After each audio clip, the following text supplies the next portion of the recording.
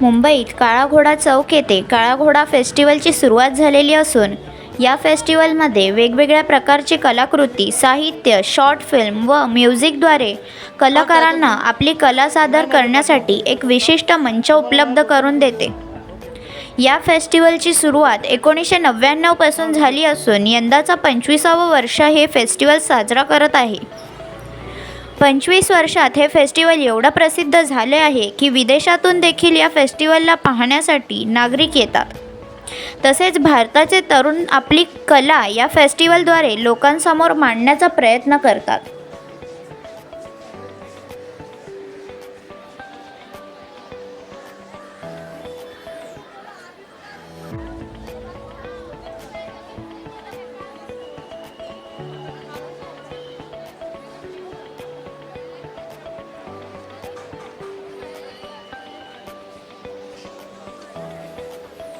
पंधरा वर्ष झाले मी दरवेळी हीच गाडी वेगळ्या अवतारमध्ये लावत असतो.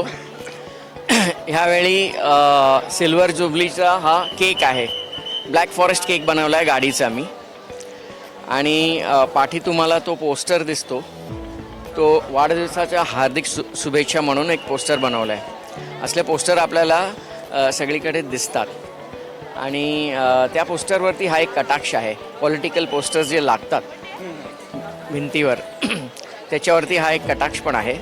So we are celebrating 25 years of Kala Ghoda and the way to say happy birthday is a political style.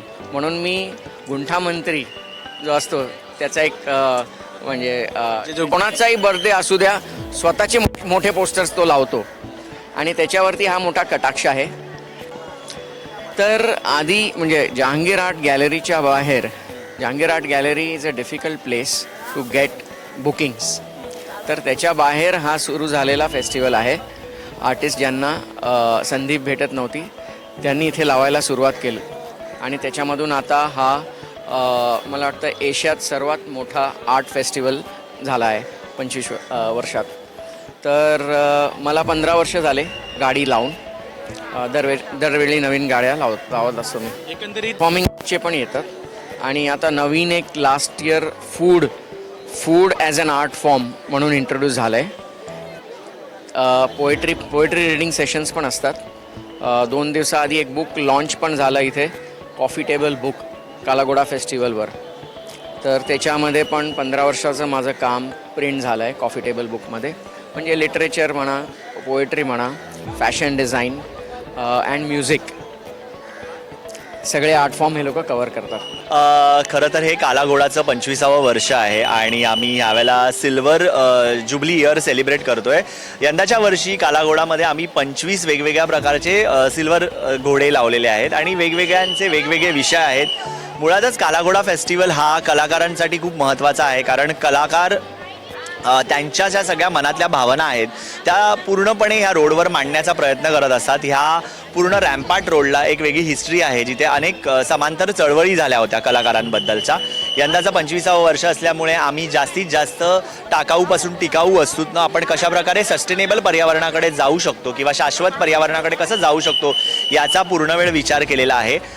यावर्षीचा हा जो गेट आहे हा मिल्टनच्या सिल्वर बॉटल्सपासून तयार झालेला आहे. आतमध्ये तुम्ही वेगवेगळ्या प्रकारचे प्लास्टिकचे सी हॉर्स बघितले असतील किंवा प्लास्टिक पिशव्यांपासून बनलेला मिल्टनचा घोडा असेल जो आरशात बघतोय आणि त्याचं प्रतिबिंब सांगतंय की मिल्टन वापरायला पाहिजे, म्हणजे प्लास्टिकला आपण कुठेतरी मागे ठेवलं पाहिजे.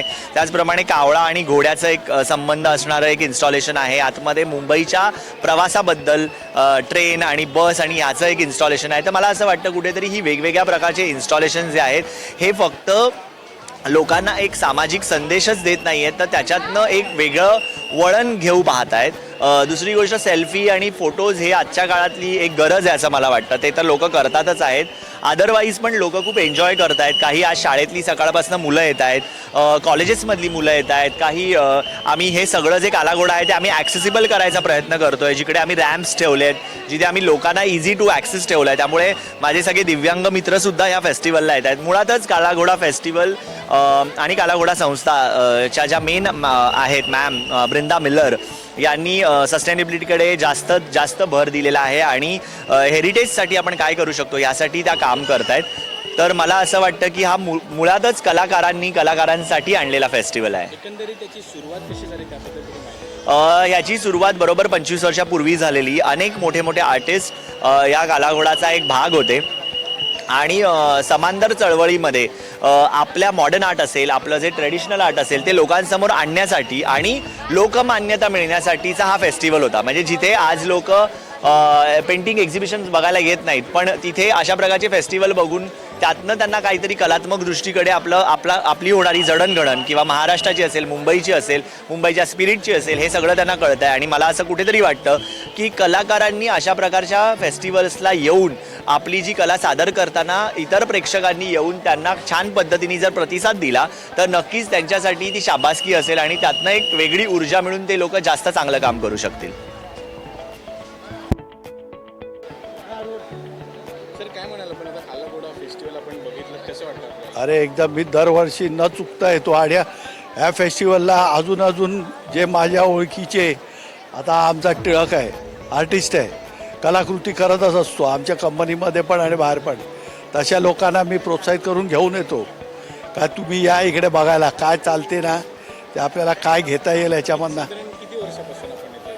आता मी 4 वर्षांनी रिटायर होणार आहे. माझं वय 60 आणि मी जवळजवळ कालाघोड्याला जवळजवळ माझ्या आता 20-22 फेऱ्या तरी नक्कीच झालेल्या आहेत. म्हणजे की आपण जेव्हा 20-22 वर्षापूर्वी कालाघोडा फेस्टिवल बघत होता हां. आणि आत्ता बघतो त्यामध्ये काय आपल्याला अरे भरपूर चेंजेस आहे, भरपूर. म्हणजे आताची नवीन पिढी आहे ना, त्यांचा कॉन्सेप्ट आणि त्यांचं थिंकिंग अगदी वेगळं असते.